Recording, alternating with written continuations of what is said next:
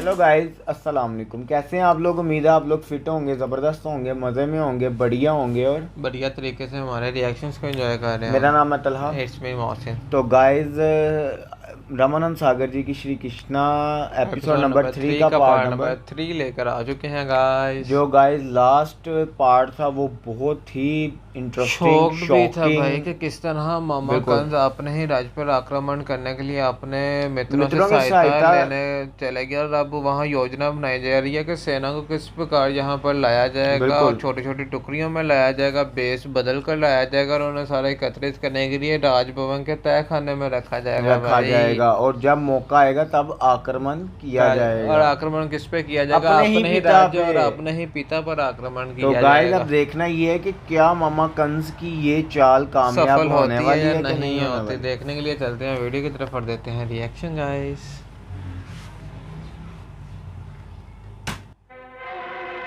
खुश हो गए।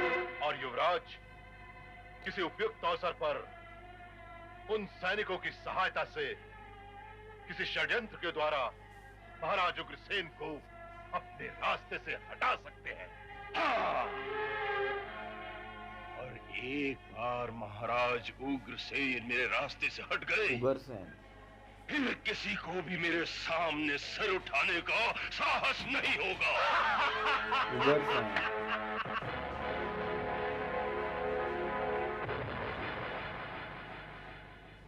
कंस एक काला नाग है। जैसे नाग अपना बदला लेना नहीं भूलता, उसी प्रकार कंस भी अपने इस अपमान का बदला लिए बिना नहीं छोड़े। ये कौन है? इसीलिए ये आवश्यक है कि हम कंस की हर चाल पर ये नजर भी रखें। गुप्त सैनिक है। मेरे गुप्तचरों ने सूचना दी है कि इस समय कंस महाराज बाणासुर की राजधानी में है, जहां उसके कुछ मित्र राजा इकट्ठा होकर मंत्रणा कर रहे हैं। क्या इसका अर्थ यह है कि सब मिलकर मथुरा पे चढ़ाई कर देंगे? नहीं, मथुरा। इतनी जल्दी नहीं, क्योंकि वो हमारी सेना की शक्ति को अच्छी तरह से जानते हैं। वो ऐसी मूर्खता कभी नहीं करेंगे।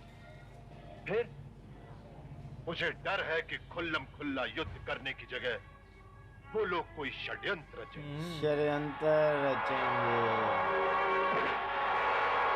और षड्यंत्र खतरनाक होता है। हो सकता है कि बाणासुर, शल्य और भवासुर के कुछ सैनिक चोरी छिपे उसके राजमहल में जाकर इकट्ठे हो जाएं। अवश्य हो सकता है। इसलिए सबसे पहला काम ये करो कि मथुरा में प्रवेश करने के सभी द्वारों पर तुम लोग वेश बदल कर बैठ जाओ और जो कोई भी बाहर से आए उस पर कड़ी नजर रखो कि वो क्या करता है, कहां जाता है, देखते रहो। और याद रखो, यदि इसमें चूक गए तो अवसर पाकर वो काला नाग अवश्य महाराज उग्रसेन को डस लेगा। डस लेगा, बिल्कुल उसकी यही। गुरुदेव भाग विष्णु जी। देवकी को हमारे आशीर्वाद के साथ भगवान का ये प्रसाद देना और कहना कि धैर्य रखिए, उसे एक दिन भगवान की माता बनना है। सुना तुमने? जब माता श्री और पिता श्री को ज्ञात हुआ कि तुमने गर्भ धारण किया है, तो उन्होंने ज्येष्ठ भ्राता श्री के हाथों भगवान का प्रसाद भेजा है और साथ में ये भी कहलवा भेजा है कि देवकी से कहना कि वो यातनाओं से विचलित न हो, उसे भगवान की मां बनना है। वो धैर्य रखकर अपने पति का साथ दे। जो यहाँ यहाँ पता था इन्हें। सारों को पता है कि परंतु महाराज भगवान से की पूछिए मां बनना। कि माता के हृदय को क्या करूं? मैं जानती हूँ कि ये अपने सत्यव्रत होने के कारण मेरी संतान होते ही उसे भैया के पास ले जाएंगे। सत्यवती जयश्री माता होने के नाते मेरा जी चाहता है कि इस प्रसव को जन्म ही न दूं। मेरी कोख में सुख से तो रहेगा।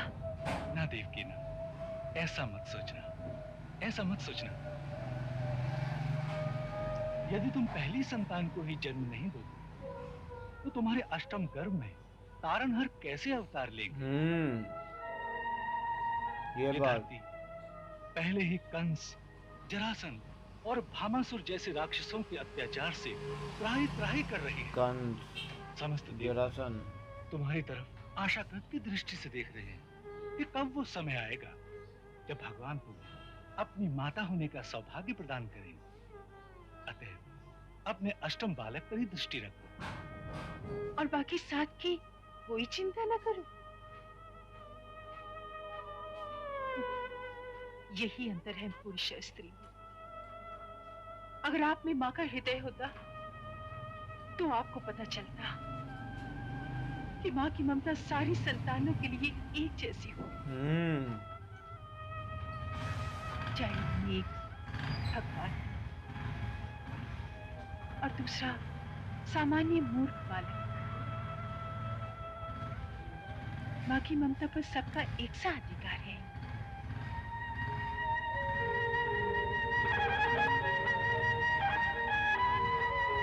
सुना है कि वसुदेव जी की पहली संतान का जन्म होने वाला है और युवराज कंस का कहना है कि वो उनकी किसी भी संतान को जीवित नहीं छोड़ेगा। क्या हम सारे यदुवंशी सरदार अपने एक साथी पर ऐसा अत्याचार होते चुपचाप बैठे देखते रहेंगे? नहीं, यदु हमें चुपचाप नहीं रहना है। फिर भी इस बात को नहीं भूलना है कि इस समय कंस की शक्ति बहुत बढ़ी हुई। उधर भामासुर और बाणासुर जैसे दैत्यों की मित्रता से उसका साहस चौगुना हो चुका है। उसका खुले बंदी प्रतिवाद करना संभव नहीं। तो फिर बेहतर है कि चूड़ियां पहनकर बैठा जाए।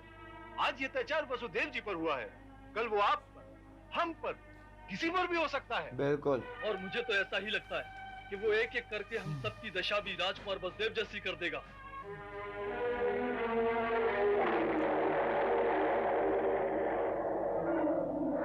ये कौन है? कंस है? हाँ, मेरा ख्याल सेना को लेके आया।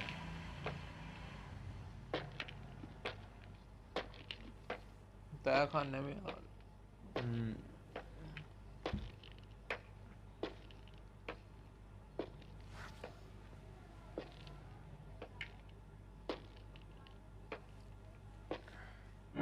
बहुत खुले आया सेना। युवराज की जय हो।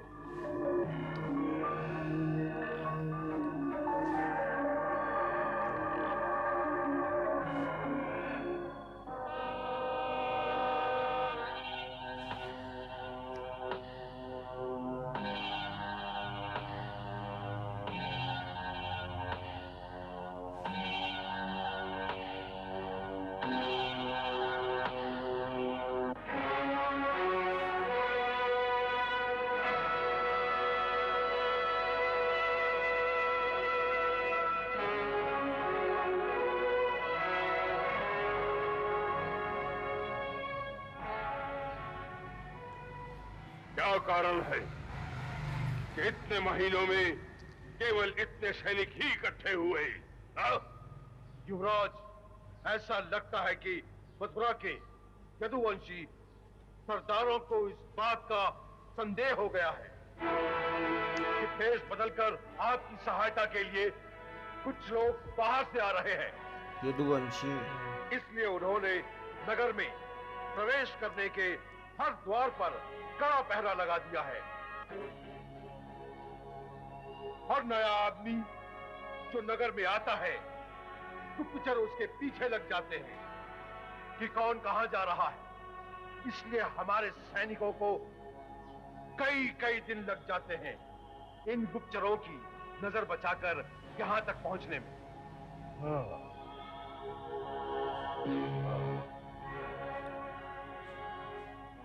और कितना समय लगेगा?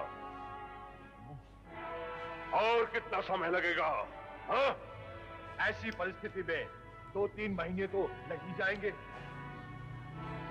आपके ससुर महाराज जरासंध को इस बात की सूचना दी गई। आपके क्या ससुर? आपके पास उनका कोई उत्तर आया है? हाँ, कल ही उनका एक गुप्तचर मगध से यहाँ पहुंचा। मगध। उसने बताया है महाराज जरासंध ने अपनी सेना की एक विशेष टुकड़ी मथुरा की ओर भेज दी है। ओ, जरासंध से भी सहायता उसे लेगी। पहुंचने में 1 महीना लगेगा। अनंत परंतु वो सीधे मथुरा में नहीं आएंगे। मथुरा से थोड़ी दूर जंगलों में छिपकर रहेंगे और अवसर आने पर हमारा संकेत मिलते ही वो अचानक नगर में पहुंच जाएंगे। योजना चेक करें आप। उन्होंने जरासंध से भी सहायता ले ली है। अपने राजा अपने पिता पर आक्रमण करने की योजना चेक करें आप। उन्होंने अपने ससुर जरासंध से भी सहायता ले ली है और अपने देखो मित्रों से भी सहायता ले ली। 4-5 महीनों में उन्होंने कितनी सेना इकट्ठी की है। और कहता है इतनी कम क्यों है। उन्होंने कहा कि जब नए नए लोग आ रहे हैं तो यदुवंशियों ने पहरा देना शुरू कर दिया है, बड़ा सख्त पहरा देना शुरू कर दिया, जिसकी वजह से हमारे सेना को आने में महीनों लग जाते हैं। तो उन्होंने कहा कि अभी 3-4 महीने और लग जाएंगे। बिल्कुल। तो 1 महीना अब जरासंध को की सेना को लगेगा, एक टुकड़ी को। और दूसरी तरफ देखा जाए तो वासुदेव जो है वो पहली संतान जन्म लेने वाली है। जो वासुदेव है वो जानकी जी को तसल्ली दे रहे हैं कि तुम भगवान की माता बनने वाली हो, तो उसके लिए हमें 7 पुत्रों का बलिदान देना पड़ेगा। उन्होंने कहा कि मेरे लिए हर एक पुत्र एक सम्मान ही। उन्होंने कहा माँ का हृदय आपके पास होता तो आप जान पाते कि माता के लिए हर संतान का प्यार स्नेह एक जैसा ही होता है। तो गाइस अब देखना ये है कि जब देवकी जी की पहली संतान होगी तो क्या ये जो है मामा कंस इसको पता चलेगा, और अगर चलेगा तो ये क्या करेगा उसके साथ। बिल्कुल। ठीक है, क्योंकि माता का हृदय बहुत विचलित हो रहा है। हालांकि ये इससे बड़ी खुशी की बात क्या है मोहसिन भाई कि आप एक भगवान की माता बनने वाली आप देखें कि ये तो तभी संभव हो पाएगा ना जब वो मामा कंद राजा बन गया होगा। बिल्कुल, ये बात तो है, क्योंकि अभी तो उन पे कोई बंदिश नहीं है देवकी जी और वासुदेव जी पे। तो ये तब ही संभव है। बिल्कुल सही कहा मोहसिन भाई ने। तो यहाँ वो विचलित भी तो देखो किस तरह वो ऐसी योजनाएं बना रहा है कि जैसे उससे सब्र है ही नहीं। इसके वो हर तरफ से यकीनी बना रहा है कि मैं किसी भी प्रकार उन्होंने कहा कि अगर मैंने उनको पराजित कर दिया, मैं मिथिला का राजा बन गया, मथुरा का, तो बस फिर मुझे कोई नहीं रोक सकता। तो गाइस ये काफ़ी शॉकिंग मोमेंट्स हमें इस एपिसोड में जानने को मिले। अगर आपको ये एपिसोड अच्छी लगी हो तो इस वीडियो को ज़्यादा से ज़्यादा लाइक कीजिएगा, शेयर कीजिएगा, कमेंट कीजिएगा और हमारे चैनल को सब्सक्राइब करना। तो गाइस मिलते हैं नेक्स्ट वीडियो नेक्स्ट पार्ट के साथ। Love you India.